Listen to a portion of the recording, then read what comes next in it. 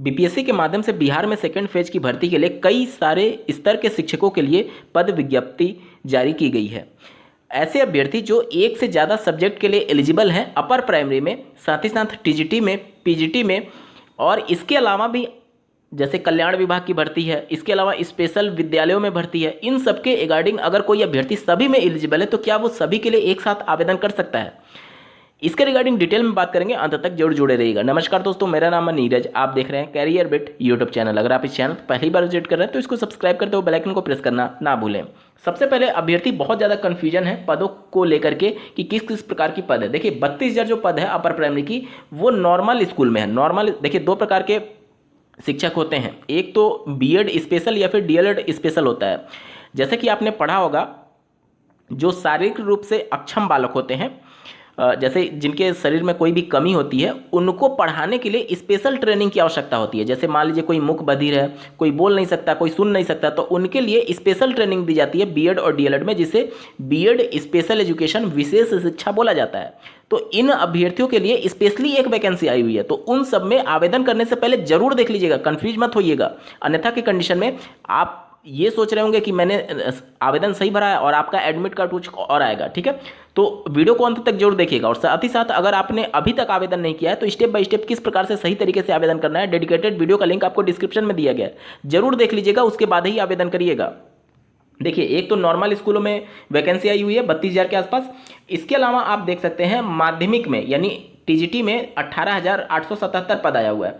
इसके बाद से अगला जो पद है वो पीजीटी अगला जो पद है वो टीजीटी में ही है। ध्यान से देखिए, अगला जो पद है वो टीजीटी में ही है 9 से 10, और यहाँ पर विशेष विद्यालय लिखा गया। विशेष विद्यालय यानी ऐसा विद्यालय जहाँ पर शारीरिक रूप से अक्षम बालक रहते हैं, यानी कि जिनमें शरीर में कुछ ना कुछ कमी होगी, वहाँ पर ये टीचर्स की रिक्रूटमेंट हो रही है। और इसके लिए 270 पद हैं। देखिए ध्यान से, कन्फ्यूज मत होइएगा। इसमें देखिए जैसे कि पूर्ण दृष्टिबाधित, श्रवण बाधित, अल्प दृष्टिबाधित, इन सभी के लिए टीचर की वैकेंसी आई हुई है। ठीक है, इन सभी सब्जेक्ट के लिए यहाँ पर देख सकते हैं इतने टोटल सब्जेक्ट हैं अलग अलग, तो कंफ्यूज मत होइएगा इन सब में। और इसके अलावा चौथी वैकेंसी जो है वो 11-12 यानी पीजीटी में 18,577 पद है। ये जो टोटल पद मैंने आपको 4 प्रकार की वैकेंसी बताई, ये आपके पद थे जो कि बिहार शिक्षा विभाग के द्वारा विज्ञप्ति किए गए हैं। इसके अलावा अन्य भी पद विज्ञप्ति किए गए हैं जो कि आप अपने स्क्रीन पर देखिए, नोटिफिकेशन में ही बातें मेंशन की गई हैं। देखिए इसके अलावा जो दूसरा पद है वो आप देख सकते हैं पिछड़ा वर्ग एवं अति पिछड़ा वर्ग कल्याण विभाग के द्वारा जारी किया गया है। इसमें देखिए 6 से 8 वाला पद है, 234 पद है।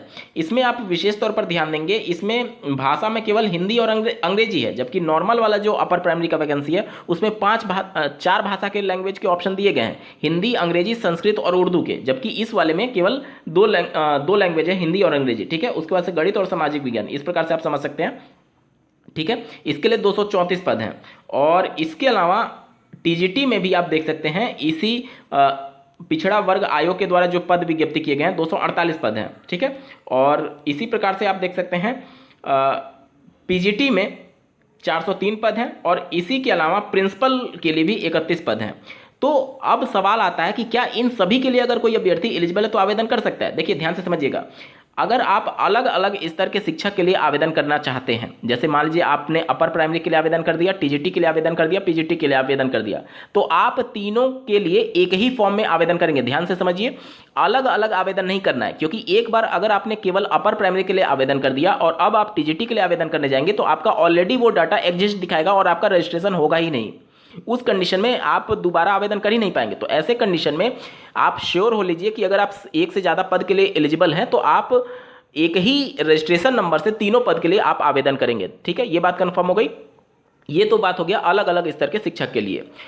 अब मान लीजिए कि आप एक ही वर्ग के अलग अलग विषय के लिए अप्लाई करना चाहते हैं। जैसे कि मान लीजिए कि जो 32,000 पद अपर प्राइमरी में आई हुई है उसमें 4 भाषा के सब्जेक्ट हैं और एक मैथमेटिक्स एंड साइंस और दूसरा एसएसटी। मान लीजिए कोई अभ्यर्थी लैंग्वेज वाले में 2 लैंग्वेज से आवेदन करना चाहता है, तो क्या वो कर सकता है? नहीं। ध्यान से समझिए, एक वर्ग के शिक्षक के पद के लिए आप किसी एक ही विषय से आवेदन कर पाएंगे। जैसे मान लीजिए आप अपर प्राइमरी में आवेदन करने चाहते हैं, तो जब आप ऑनलाइन प्रोसेस देखेंगे, जिसका डेडिकेटेड वीडियो आपको इस वीडियो के डिस्क्रिप्शन में दिया गया है, उसमें देखेंगे जब आपसे सब्जेक्ट पूछा जाता है कि आप किस सब्जेक्ट से आवेदन करना चाहते हैं, तो वहां पर एक ड्रॉप डाउन मेनू है, उसमें केवल एक ही ऑप्शन आप सेलेक्ट ही कर पाएंगे। तो ये तो बात क्लियर है कि अगर आप अपर प्राइमरी में आवेदन करना चाहते हैं, भले ही एक से ज्यादा विषय के लिए आप एलिजिबल क्यों ना हो, आप आवेदन केवल एक ही विषय से कर पाएंगे। अगर आप हिंदी और संस्कृत दोनों से एलिजिबल हैं, लेकिन आप दोनों में से कोई एक ही आवेदन कर पाएंगे। उम्मीद करता हूं आपको चीजें स्पष्ट हो रही होंगी। यहां तक क्लियर हो गया? यानी कि अपर प्राइमरी में भले ही आप एक से ज्यादा सब्जेक्ट के लिए एलिजिबल क्यों ना हो, आप केवल एक ही सब्जेक्ट से आवेदन कर सकते हैं। इसके अलावा जो पिछड़ा कल्याण विभाग के द्वारा जो भर्ती विज्ञप्ति की गई है और जो अपर प्राइमरी की भर्ती विज्ञप्ति की गई है, दोनों का रैंक सेम है, दोनों का जो सिलेबस है वो सेम है। इसी में नोटिफिकेशन में सिलेबस भी मेंशन किया गया, जिसमें दोनों का सिलेबस एक बताया गया। अब आपने अगर प्रेस कॉन्फ्रेंस देखा होगा बीपीएससी के चेयरमैन का, उन्होंने साफ शब्दों में कहा था कि चूंकि दोनों सेम नेचर की वैकेंसी है, इसलिए हमने दोनों को एक ही पद में विज्ञप्ति कर दिया है। और जब आप ऑनलाइन आवेदन करते हैं, जरूर देख लीजिएगा, वीडियो डिस्क्रिप्शन में दिया गया, ऑनलाइन आवेदन करते हैं तो वहां पर आपको एक चेक बॉक्स दिया गया है, जिसमें दो प्रकार के पद बताए गए हैं, एक तो जो शिक्षा विभाग द्वारा जारी किया गया और दूसरा पिछड़ा कल्याण विभाग के द्वारा। तो अगर आप अपर प्राइमरी में दोनों के लिए आवेदन करना चाहते हैं तो बस एक चेक बॉक्स आपको टिक करना है, आप दोनों के लिए आवेदन कर देंगे। लेकिन विशेष तौर पर ध्यान ये देना है कि दोनों की फीस अलग अलग लगेगी। अगर आप अदर स्टेट से बिलोंग करते हैं तो 750 रुपये शिक्षा विभाग वाली भर्ती के लिए, और पिछड़ा वर्ग कल्याण विभाग के लिए 750 रुपये, यानी टोटल 1500 रुपये आपको देना होगा। अब आपके मन में सवाल आएगा कि क्या ये कहीं ऐसा तो नहीं होगा कि दोनों के लिए परीक्षा एक ही समय पर ले ली जाए और आप एक ही केवल दे पाए, दूसरा छूट जाए। देखिए, शिक्षा विभाग और बीपीएससी के माध्यम से जब पद विज्ञप्ति किए गए हैं, उसी हिसाब से इनके द्वारा एग्जाम शेड्यूल भी जारी किया जाएगा। हालांकि इनके द्वारा जो 7 से 10 के बीच में परीक्षा बताई जा रही है, वो अभी औपबंधिक तिथि है, प्रोविजनल डेट है, उसमें बदलाव भी हो सकता है, संभव है। ठीक है, यहां तक क्लियर हो गया। अब यहां पर ध्यान दीजिए कि अगर आपसे दोनों पद के लिए आवेदन लिए जा रहे हैं, तो कुछ इस प्रकार से व्यवस्था होगी कि दोनों के लिए अलग अलग डेट में परीक्षा ली जाए, ताकि आप दोनों में सम्मिलित हो पाए। या फिर चूंकि दोनों का सिलेबस एक है, दोनों सेम नेचर आयोग ने बताया है, तो हो सकता है एक ही पेपर के माध्यम से अभ्यर्थी को उसकी प्रायोरिटी के हिसाब से, ध्यान से सुनिए, एक ही परीक्षा के माध्यम से अभ्यर्थी को उसकी प्रायोरिटी के हिसाब से वो सिलेक्शन दे दिया जाए। मतलब कि दोनों चूंकि सिलेबस सेम है, दोनों का सेम नेचर बताया है आयोग ने, इस वजह से हो सकता है कि दोनों का एक ही परीक्षा हो।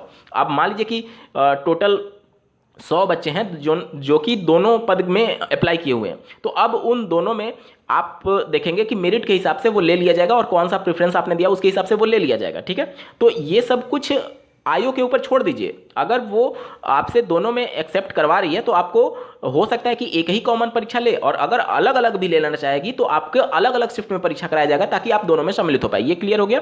इसके साथ ही साथ अगर आप अलग अलग स्तर के शिक्षा के लिए आवेदन करना चाहते हैं, तो ये तो बिल्कुल श्योर रहिए कि आपकी अलग अलग शिफ्ट में ही परीक्षा होगी, जिस प्रकार से टीआरई 1 में आपका पेपर हुआ था। ठीक है, इसी प्रकार से अगर आप टीजीटी में एक से ज्यादा सब्जेक्ट के लिए एलिजिबल हैं, तो उस कंडीशन में आप केवल एक ही सब्जेक्ट से आवेदन कर ही पाएंगे। इसी प्रकार से पीजीटी में अगर आप एक से ज़्यादा सब्जेक्ट के लिए आवेदन एलिजिबल हैं, तो भी आप एक ही सब्जेक्ट से आवेदन कर पाएंगे, क्योंकि वहां पर ड्रॉप डाउन मेनू खुलेगा, जिसमें आपसे पूछा जाएगा कि आप किस सब्जेक्ट से अप्लाई करना चाहते हैं, तो उसमें मोर देन 1 आप सेलेक्ट ही नहीं कर पाएंगे, यानी कि आप केवल एक ही सब्जेक्ट से आवेदन कर ही सकते हैं। हाँ, लेकिन अलग अलग स्तर के शिक्षक के लिए आप अलग अलग आवेदन ना करें, बल्कि एक ही रजिस्ट्रेशन से करें। क्योंकि अगर आप अपर प्राइमरी, टीजीटी, पीजीटी तीनों में आवेदन करना चाहते हैं, अगर बाय मिस्टेक आपने अपर प्राइमरी के लिए कंप्लीट कर दिया आवेदन रजिस्ट्रेशन करके, उसके बाद से दोबारा जब आप टीजीटी में करने जाएंगे या फिर पीजीटी में करने जाएंगे, तो वो ऑलरेडी डेटा एग्जिस्ट बताएगा, यानी कि आपका डेटा ऑलरेडी आयोग के पास है और दूसरा रजिस्ट्रेशन आपका होने ही नहीं देगा। तो इस कंडीशन में आप प्रॉब्लम फंस सकते हैं। तो मेक श्योर हो जाइए कि अगर आप एक से ज़्यादा पद के लिए एलिजिबल हो रहे हैं अलग अलग स्तर के शिक्षक के लिए, जैसे अपर प्राइमरी, टीजीटी, पीजीटी, तो मेक श्योर कि आप एक ही रजिस्ट्रेशन से तीनों के लिए आवेदन करिएगा। ठीक है, फिर से एक बार मैं आपको याद दिला दूं, वीडियो के डिस्क्रिप्शन में जाइए, डेडिकेटेड वीडियो का लिंक दिया किस प्रकार से आवेदन करना है, आप जरूर देख लीजिएगा, उसके बाद ही आवेदन शुरू करिएगा। इस वीडियो को देखने के लिए आपका बहुत बहुत धन्यवाद। भगवान करे आपका दिन शुभ हो।